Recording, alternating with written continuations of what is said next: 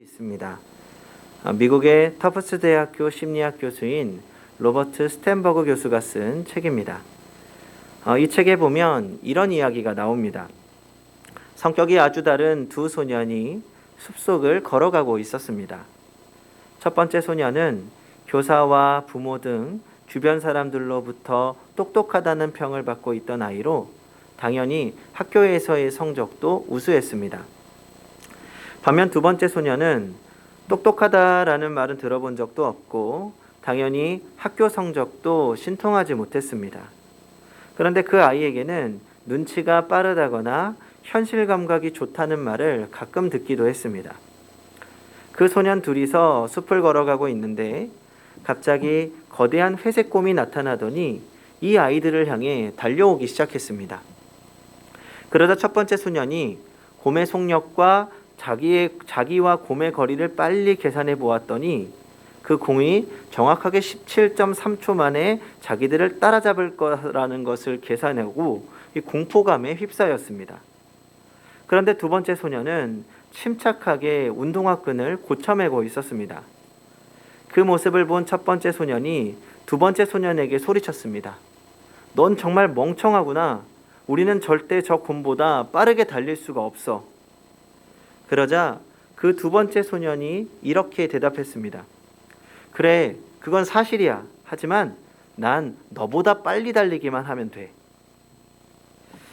성도님들은 이 이야기에서 두 아이 중 누가 더 똑똑하다고 생각하십니까?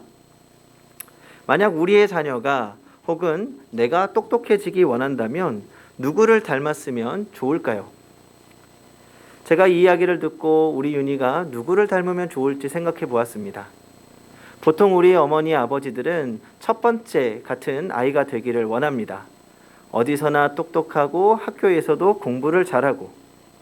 그런데 또 두 번째 같은 소년이 되었으면 하는 마음도 있습니다. 왜냐하면 이런 아이들은 어디를 내놔도 걱정이 없기 때문입니다. 어디를 가도 지혜롭게 잘 살아남을 것 같습니다. 우리는 좀 더 똑똑하게 살기 원합니다. 내 자녀도 똑똑하게 살기 원합니다. 기왕이면 남들보다 더 잘 살았으면 좋겠습니다. 그냥 잘 사는 것이 중요한 것 아닙니다. 다른 사람보다 더 잘 살기를 원합니다. 좀 더 좋은 옷을 입고, 좀 더 좋은 차를 타고, 좀 더 좋은 집에 사는 것. 오늘 우리는 그런 시대를 살아가고 있습니다. 절대평가의 세상이 아니라 상대평가의 세상 속에서 살아가고 있지요. 그래서 우리는 좀 더 똑똑한 선택을 해야 합니다. 경제적인 선택을 해야 하고 합리적인 선택을 해야 하고 때로는 이기적인 선택을 해야 합니다. 그래야 우리는 다른 사람보다 조금이라도 더 잘 살 수 있습니다. 그런데 이 이야기를 조금 다르게 마무리를 지어보겠습니다. 두 번째 소년이 신발끈을 다시 동여 매며 자신을 비웃는 친구를 향해 이렇게 말하는 겁니다. 야, 걱정하지 마. 내가 빠르지는 않지만 내가 저 곰을 유인해 볼게. 너 먼저 얼른 도망가. 아마 이런 선택을 한다면 미련한 선택이 될 수 있습니다. 하지만 좀 더 그리스도인다운 선택은 아닐까 생각합니다. 물론 극단적인 상황인데다가 이런 상황에서 자신을 희생하는 것이 신앙적인 선택이라고 할 수 있을지는 모르겠습니다. 하지만 그런 바보 같은 선택을 하셨던 분이 있습니다. 바로 예수 그리스도입니다. 참 바보같이 모욕당하시고 바보같이 십자가를 지셨습니다. 왜요? 우리를 살리기 위해 그분이 선택하신 길입니다. 그리고 그분을 믿고 그분을 닮아가는 그리스도인이라면 모든 선택의 순간에 주님이라면 어떤 선택을 하셨을까 한 번쯤은 생각해 보아야 하지 않을까요? 신앙의 선택은 경제적인 선택도 아니고 합리적인 선택도 아닙니다. 신앙의 선택은 믿음에 근거한 선택입니다. 예수를 믿는 믿음, 하나님 나라에 대한 믿음, 영원에 대한 믿음에 근거한 선택이지요. 그러나 경제의 논리, 합리성의 논리로 가득한 세상에서 믿음의 선택을 한다는 것은 결코 쉬운 일이 아닙니다.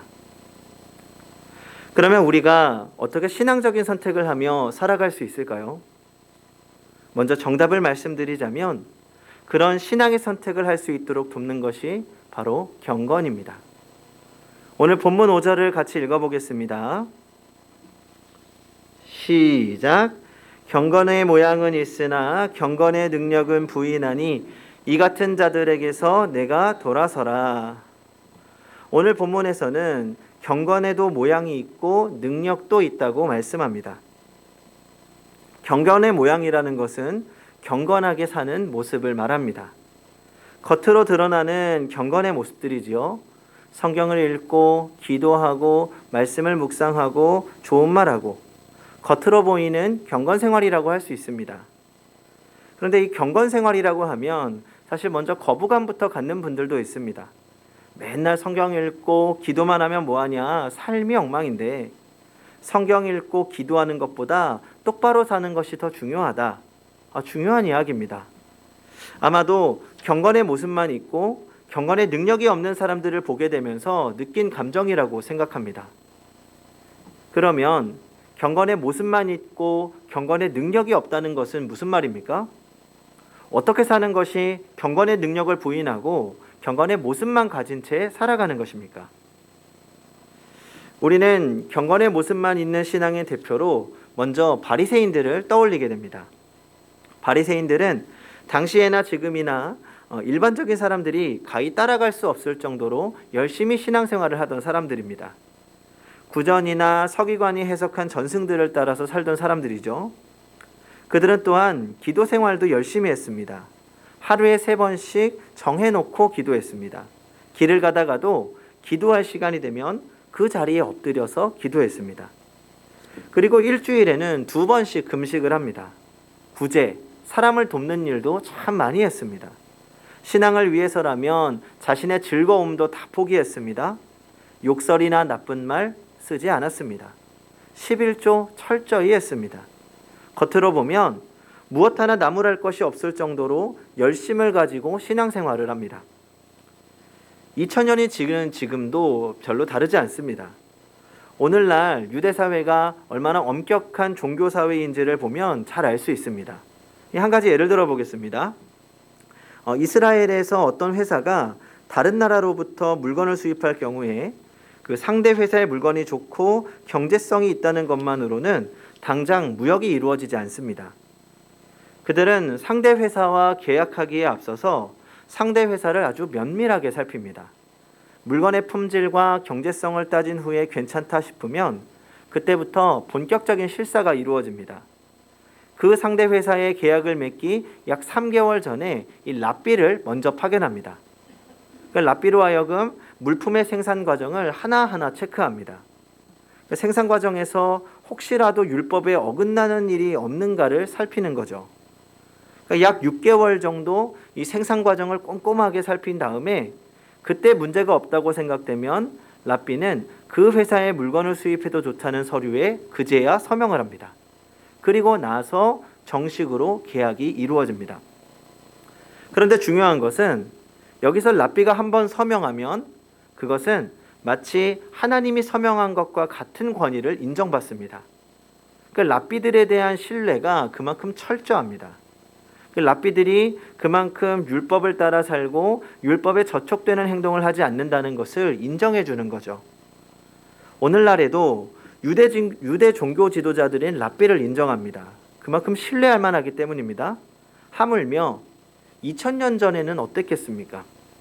아마도 지금보다 더 엄격했으면 엄격했지 못하진 않을 겁니다. 그런데 우리가 잘 아는 것처럼 예수님께서는 그런 바리새인들을 책망하셨습니다. 그것도 아주 심하게.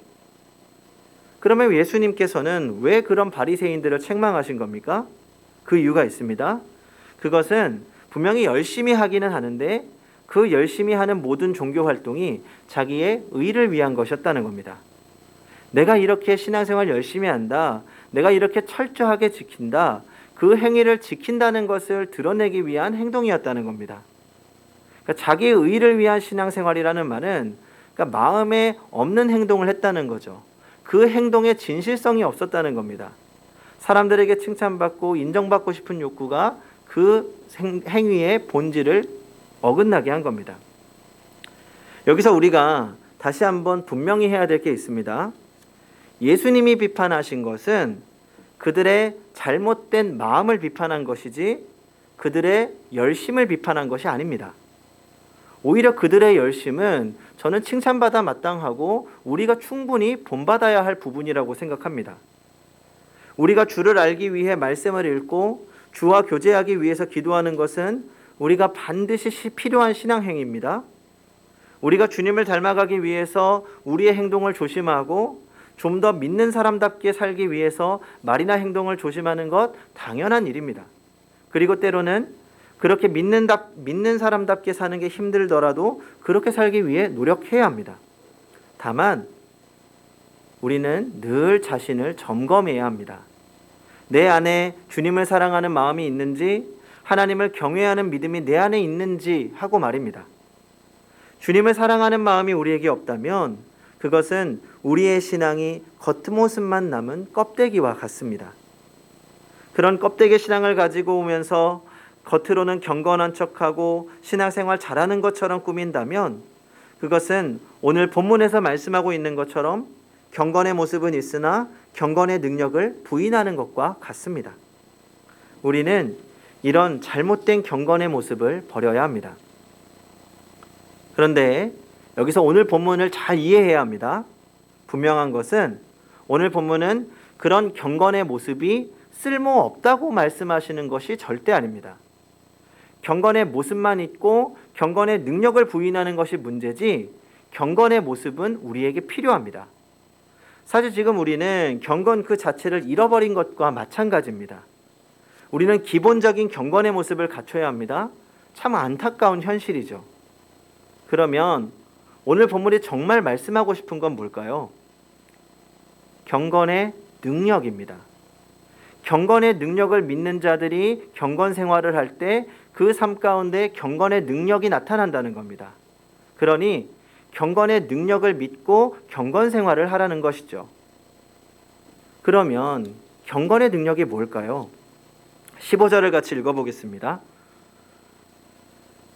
15절 시작. 또 어려서부터 성경을 알았나니 성경은 능히 너로 하여금 그리스도 예수 안에 있는 믿음으로 말미암아 구원에 이르는 지혜가 있게 하느니라. 아멘.